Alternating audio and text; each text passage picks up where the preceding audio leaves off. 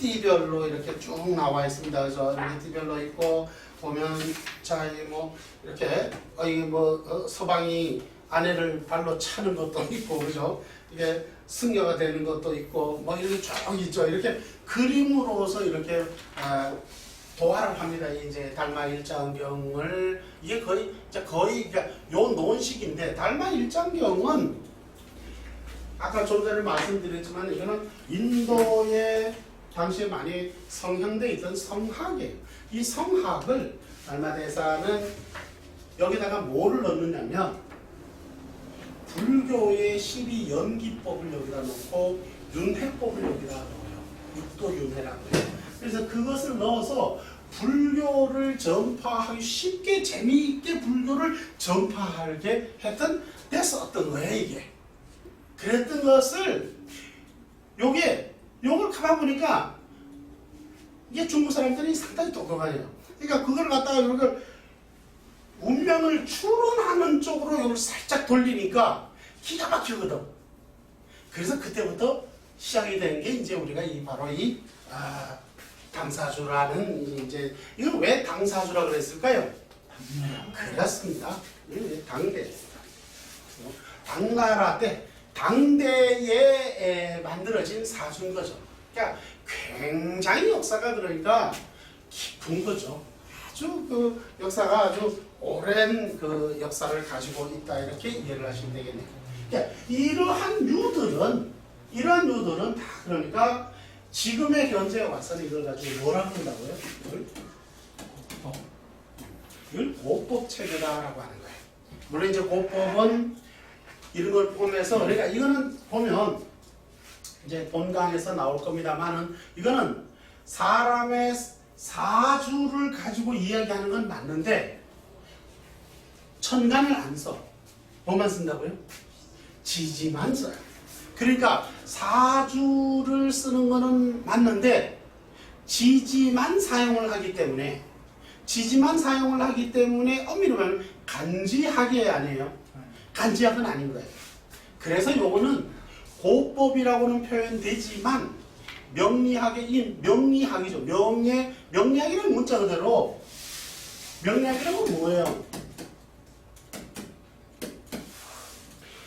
명의 이치를 추구하는 학문인 거예요.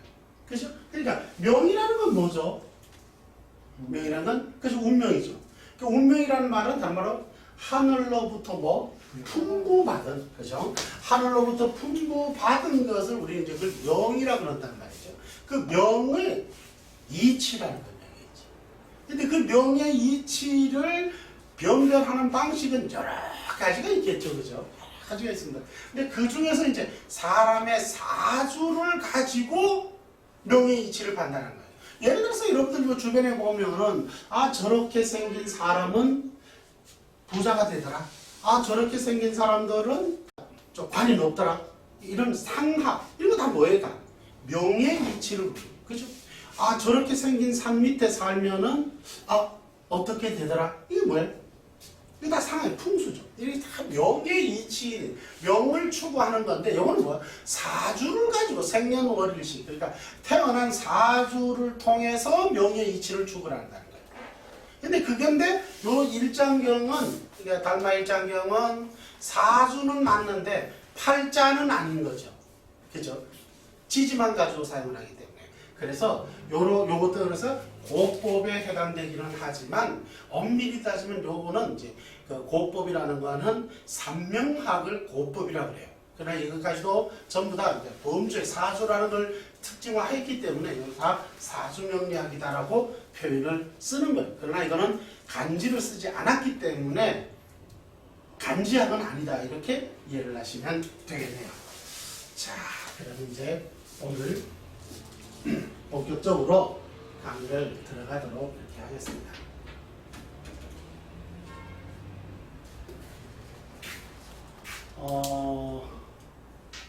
잠깐 먼저 개요를 먼저 설명해 봐야 되겠네요. 자, 강의의 개요를 먼저 여러분들이 이제 그 강의를 오늘 이제 그 총강을 하고 나면은 벌써 이제 실무 응용 심화 과정 이렇게 이제 팔법편이라고 그래가지고 사주를 보면은 변화하는 법칙이 있는 거예요. 그걸 가지고 생극재화 형충합이라고 해요. 뭐라고 그런다고요? 제 강의는 계속 서로가 묻고 답을 합니다. 왜냐면 이렇게 함으로써 빨리 기억이 남아요. 이게 나는 서당식, 왜냐면 저는 안동에서 서당을 다녔거든요. 그래서 이게 이거보다 더 좋은 교육법이 없더라고요. 자, 그래서 생극재화 형충합. 그래서 이걸 가지고 이제 팔법이다 이렇게 말해요. 생극재화. 여기서 뭐냐면 하나, 둘, 셋, 넷, 다섯, 여섯, 일곱, 여덟. 그래서 팔법이라.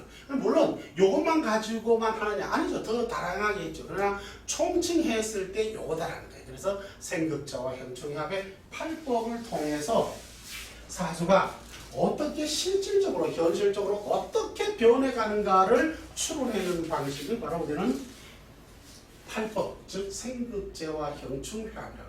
이걸 함으로써 사주를 보면은 원래 어떤 일이 일어나는지, 이달에 어떠한 일이 일어나는지 이것도 정확하게 명확하게 진단될 수 있는 게 바로 팔법을 통해서.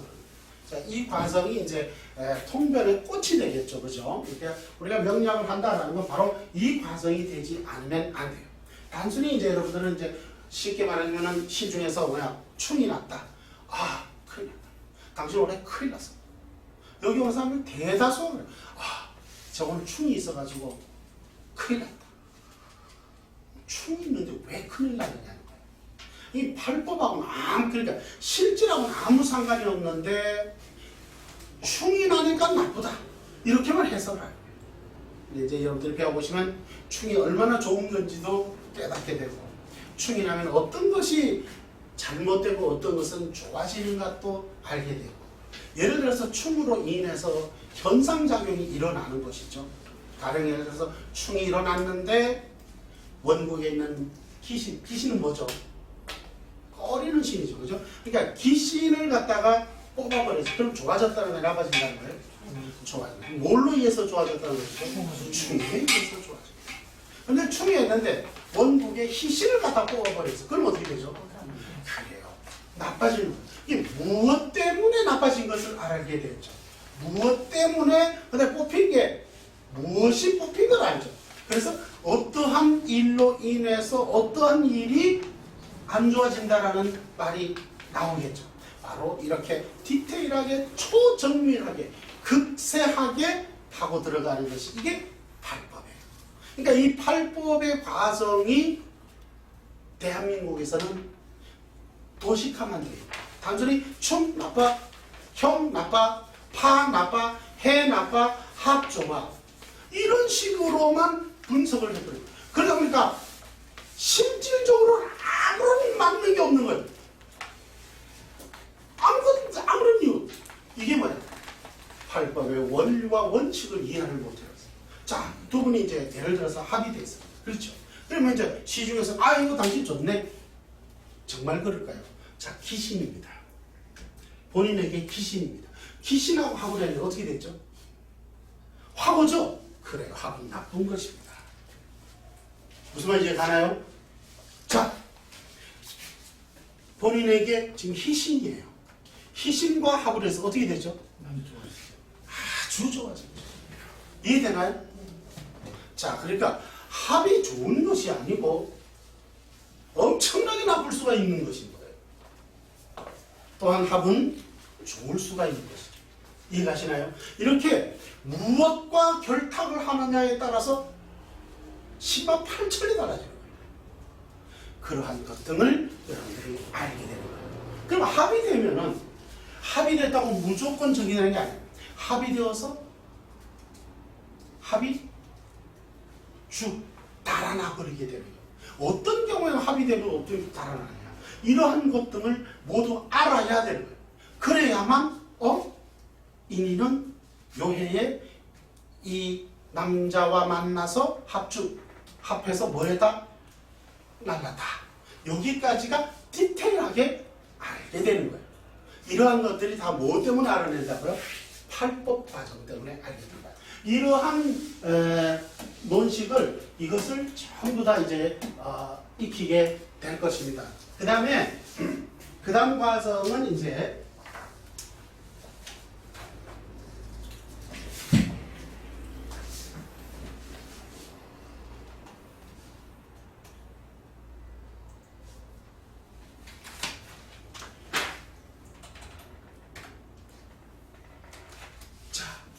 이제 여러분들이 이제 굉장히 중요한 건데 사주를 여러분들이 이제 이 본 강좌가 끝나고 나면은 끝나기 전에 이제 여러분들은 벌써 달라지기 시작을 할 것입니다. 이걸 사주를 적는 순간 먼저 뭐가 일어난다고요? 입이 먼저 열리게 됩니다. 대개 10년 했네, 20년 했네, 30년 했네 한 사람도 사주를 딱 적고 나면은 이걸 뭘 봐야 될지를 몰라. 이걸 일간을 갖다 대해야 되는지 안 되니까 뭐 아이고 천간에 있는 떠 있는 글자 가지고 그래가지고 이제 소위 말하는 물상론이라 그래. 이거 갖다 여기 갖다 대입하고 저기 갖다 대입을 해보는 겁니다. 아니 이거 뭘 봐야 될지를 몰라. 그러고 있어 그냥 꿍꿍거리고 있어. 그럼 손님이 뭐라 하는지 알아요? 우선 첫째 두 가지가 일어나요. 뭐냐? 내 사수가 굉장히 나쁜가 보다. 왜? 이런 좋은 일로 별로 안 와. 그러니까 말을 못하고 앉은 거야. 사실은 말을 못하는 게 아니라 지가 못 풀어서 뭐부터 봐야 될지 몰라가지고 쿵쿵거리고 머리에서 이걸 굴리고 있는 중이야. 그런데 그러고 있으면 계속 시간이 1분, 2분은 사람이 기다려줘. 근데 이게 계속 지나가. 3분, 4분 지나가잖아. 그러면 벌써 손님이 뭐라고 생각해? 첫째, 탁탁. 아이고, 내 사주가 너무 안 좋은 것 같다. 이렇게 걱정을 하게 됩니다. 그게 상담을 한다라는 것은 말이죠. 풀어주려고 하는 거예요. 풀어주려고 하는 거예요. 맞죠? 근데 와서 오히려 고민을 늘어나죠. 아이고, 내 팔자가 나쁜가 보다. 이거는. 그런데 그것도 5분 지나가고 더 지나가잖아요. 3분만 더 이상 지나가면은 그다음부터는 고민이 와요. 또 다른 고민이 생겨요. 뭔지 알아요? 나 잘못 안 돼. 이 사람 초장각이요. 처음에는 아이고 내 사주가 정말 나쁜가 보다 이 생각을 하다가 그게 3분이 지나가잖아요. 그럼 뭐라는 줄 알아요? 아이씨 돈 내밀었다. 자, 이 생각이 딱 드는 순간 그 사람이 어떤 말을 하더라도 이제는 있잖아요. 왜곡되어서 들리는 거예요. 웬만하면은 이야기 넘어갈 것도 처음에 딱 생각했던 게 아이씨 쏘았나 보다. 이게 초창격이요. 이 생각이 딱 드는 순간부터는 아무리 맞는 소리를 해도 별로 공감이 안 와. 상담 끝이요. 중요한 것은 사주를 받아 적는 순간 뭐가 떠야 된다고요? 입이 먼저 열려야 돼요. 근데 그 입이 열리지 않는 이유가 뭐냐? 로직화가 돼 있지 않은 거예요. 로직화. 우리가 어떤 현장에서 공사를 하면은 로직화가 돼 있죠. 매뉴얼이 어떤 도큐멘트가 매뉴얼화가 돼 있죠. 그러니까 그렇게 딱딱 하면 되잖아요. 그죠? 출근했으면 보호장구 쓰고 점호하고 뭐 이렇게 딱 매뉴얼화가 돼 있잖아요. 어떤 일은 매뉴얼화 돼 있기 때문에 누가 맨날 이래라 저래라 할 이유가 없잖아요. 딱딱딱 해서 어느 장소에 딱 집합을 합니다. 마찬가지예요. 이 명령이라는 것도 구조식이 있는데 그 구조식을 사람들마다 다르게 가리키고 있는 거예요. 사람들마다. 그리고 그것이 고법과 신법에 짬뽕을 해놓는 거예요. 그래서 어느 게 진짜지 가짜인지도 몰라. 이렇게 돼 보니까 어떤 사람은 일간을 갖고 떠듭니다. 당신은 갑이니까 어쩌고 저쩌고. 그게 뭐 어쩌라고. 그 내가 뭔 상관이 있냐고. 당신은 저 넓은 들판에 있는 감목과 같은 것이다. 뭐 그렇다고 해. 그거하고는 내가 지금 뭔 상관이 있냐고 지금. 나랑 뭔 연관이 있냐고. 지금 나는 취직을 할란지 말란지 그게 궁금해 죽겠는데 아무런 쓰잘데기 없는 거죠. 그러니까 그게 뭐냐? 매뉴얼화가 되어 있지 못하다는 거야. 그래서 그걸 매뉴얼화를 시키는 것이 바로 가장 중요한 건데 그걸 순번식화 시켰다는 거예요. 제가 이렇게 순번식을 제가 늘 강의 때 그렇게 말합니다. 이 순번식화를 시키게 된 동기가 있어요. 그래서 아하, 이거 참 재밌구나. 그런데 이제 명리를 하다 보니까 사람들이 10년 했네 20년 했네 한 사람들도 막하 통변이 안 되는 겁니다. 그래서 이거를 도입을 한 게 순번이었어요. 여러분들이 이제 이 순번하면 분명히 말씀드리지만 이 1번을 아까 손잡는 거잖아요. 이거를 안 잡고 춤이 안 되잖아요. 그죠? 맞습니다. 이 명리학도 마찬가지로 1번만 중요합니다. 이 1번만 딱 기억하고 1번만 들어가고 나중에는 요 순서는 1번, 2번, 3번, 4번 이렇게 쭉 갑니다. 요거는 순서니까 레이아웃으로 배우게 되는 거예요. 나중에는 여러분들은 1번만 잡으면 그 다음부터 10번이 먼저 나오든 7번이 왜? 질문에 따라서 급한 사람들은 저 올해 집 살려고 하는데 사도 돼요? 먼저 질문이 들어옵니다. 1번, 2번 언제 해요? 그렇죠? 1번만 잡으면 그 다음부터는 10번을 가든 20번을 가든 아무 상관이 없는 거예요. 무슨 말인지 가시죠? 바로 그렇게 로직화 해놓은 것이 바로 담은 순번식 감명법이 되는 거예요. 그렇게 해서 이 담은 순번식 감명법을 통해서 여러분들은 이제 사주를 적는 순간 입이 먼저 열리기 시작합니다. 그러면 볼까요? 자, 1년 배운 우리 자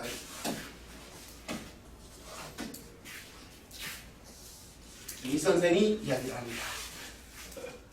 자, 1번 원령. 그렇죠. 1번 원령이 나오네요. 자, 그런데 그게 중요한 게 아니죠. 자, 뭘로 할까요? 자, 경금이 1원이고, 자, 이 경금이 1원이고, 자, 이게 징월이 있다. 그 다음에 여기 또 뭐가 있겠죠, 그죠? 사조가 있을 겁니다. 자, 이렇게 되어 있습니다.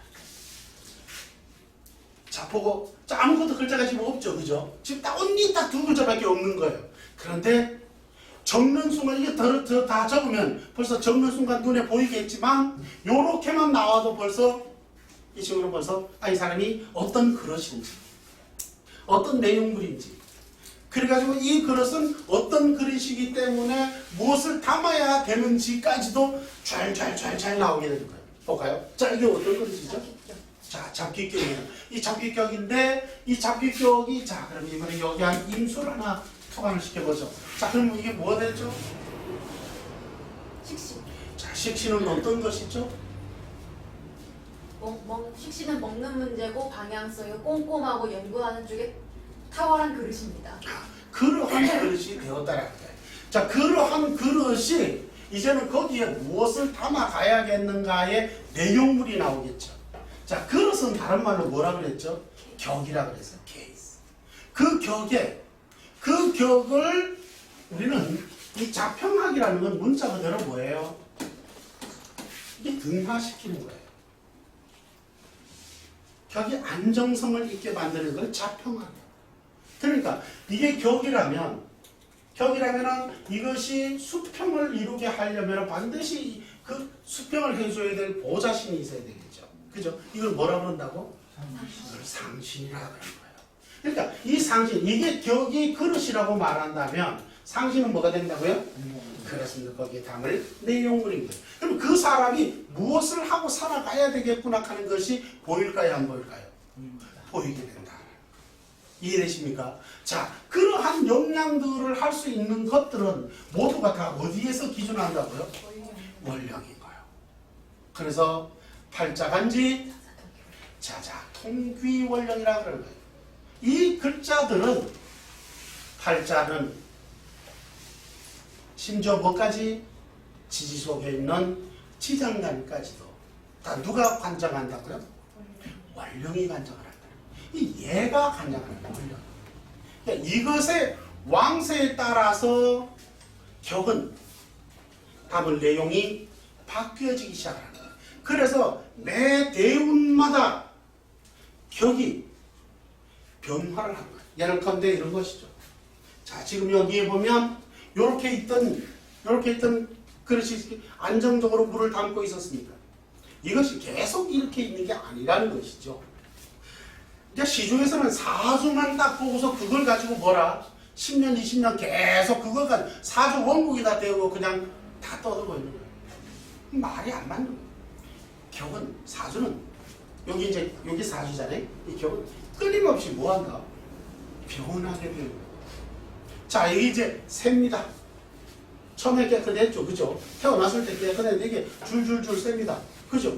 줄줄 세면은 뭐야? 깨진 독에? 깨진 독에 물 먹인 거예요.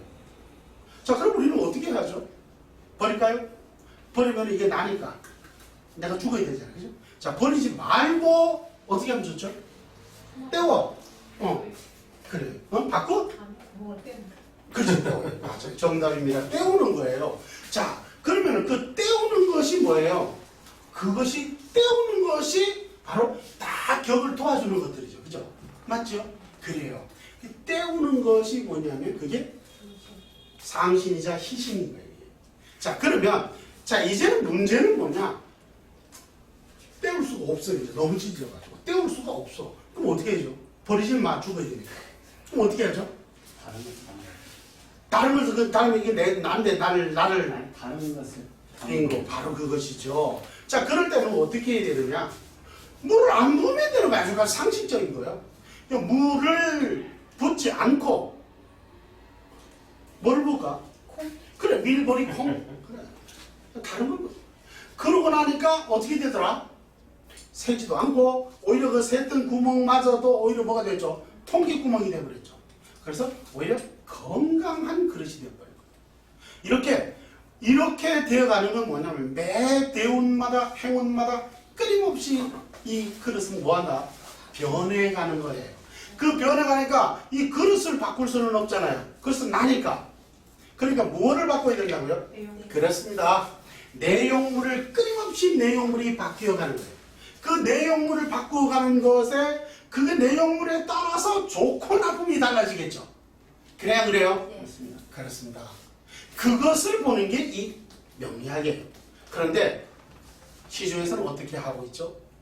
사주에다가 대고 여기다가 이게 변하는데 사주는 변하지 않죠. 사주는 결코 변하는 건 아니죠. 근데 뭐? 그 달려가는 길이 변하는 거예요. 그걸 대운이라고 해요. 큰 길. 큰 대자, 기운자. 이게 큰 길이 자꾸 바뀌는 거예요. 그러니까 쉽게 말하면 이거죠. 이 지금 종로통을 달리고 있는 거예요. 10년간. 그리고 종로통에 달리는 종로에 있는 것들이 있겠죠. 근데 종로를 지나서 이제 저 어디로 갈까요? 그 옆에 뭐 있죠? 을지로. 그러니까 을지로로 갔으면 이제 을지로에 10년 을지로에 있는 걸 쓰고 살아야 되는데 종로에 있는 거를 쓰려고 하면 그거 있나요? 그거 찾으면 없는 겁니다. 이해가시나요? 이렇게 변해가는 차가 변하는 게 아니라 뭐가 변한다고요? 도로가 변하는 거예요. 그 도로가 변함에 따라서 차가 부족하거나 넘치게 되는 거예요. 이해되시나요? 그러니까 부족하거나 넘치는 것을 조절해 주는 것이 바로 뭐다? 상신이라고 그러는 거예요. 그 상신이 끊임없이 유지 존속되게 하는 걸 뭐라 그런다고? 그래요. 희신이라고.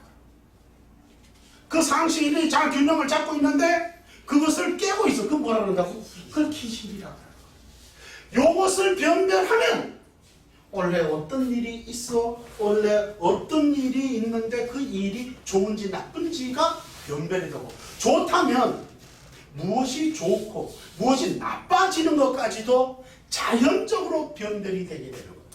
무슨 말인지 이해가시나요? 바로 그러한 것을 탐구해 나가는 것이. 그래서 이 명리학이라는 건 다른 말로 뭐라고요? 이거는 진단도구라고 합니다. 진단도구. 도구학인 거예요. 도구. 다른 말 영어로 말하면 뭐라 그러죠? 프로그래밍, 툴. 그래. 프로그래밍. 이런 진단도구예요. 진단도구. 그래서 그럼 이 명리학이라는 건 그래서 이 진단도구의 방향, 이 도구의 종류가 있다. 그 갈래가 있는 거예요. 그래서 그것을 우리는 명리학의 발전사라고 볼 수 있는데 그거를 최초의 것을 우리는 뭐라고 한다고 이걸 고법이라고 그러고 지금은 뭘? 이걸 신법이라고 해요. 신법. 그래서 이 고법과 신법으로 바뀌어요. 현재는 뭘 쓰고 있다고요? 그래서 이거는 신법. 그럼 고법은 좀 이따 나오겠습니다. 이거는 이제 아까 애초에 인도에서 달마 대사가 가져갔던 뭐였죠? 그래요. 달마 일장경을 가지고 당사주가 돼 있죠. 그거 다 고법이고. 그 다음 뭐? 삼명학. 이걸 뭐야? 이어중 명서라고 해요. 최초의 그러니까 이제 아까 사주를 가지고 했던 건데 당사주는 사주인데 뭐를 안 써? 천간을 안 써. 지지만 갖고 해. 그런데 이제 비로소 한 단계 또 업그레이드를 한 거예요. 어떻게? 사주를 간지를 다 써 이제. 명실상부의 사주 팔자를 가지고 논명하게 되는 프로그램이 만들어지는 거예요. 그게 뭐 이어중 명서에서 이어중에서 만들어져요. 그게 명리학의 효시 최초인 거예요. 최초 버전인 거예요. 그래 그것이 이제 그걸 가지고 고법이라고 그러고 그것을 더 큰 단계가 아니라 그것을 완벽하게 더 발전시킨 것을 뭐라 그런다고? 신법이라고 그래요. 그건 뭐라고요? 자평학이라고. 그건 누가 만들었다고요? 서자평 선생님이 만들었어요. 그래서 그 자평학이 지금 현재 사용하고 있는 자평학이에요. 이해되시나요? 그래서 우리는 무엇을 배운다고요? 자평학을 배우게 되는 거예요. 무슨 말인지 알겠죠? 자, 그러면 잠시 쉬었다가 이제 본론으로 들어가겠습니다. 재밌겠죠? 네. 자, 잠깐 쉴게요.